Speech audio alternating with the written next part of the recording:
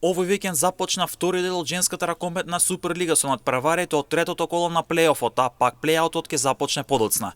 Во Штип во селото Тошарсов екипата на Стибо доживеа пораз од фаворитот Чаир со резултат од 24-36. Ниту 10 погодовици на искусната голкетерка Марија Анчева не беа доволни за Стибо да направи изненадување. Кај Чаир најдобро беше Стефани Ѓоргиевска која во Штип постигна 8 погодоци.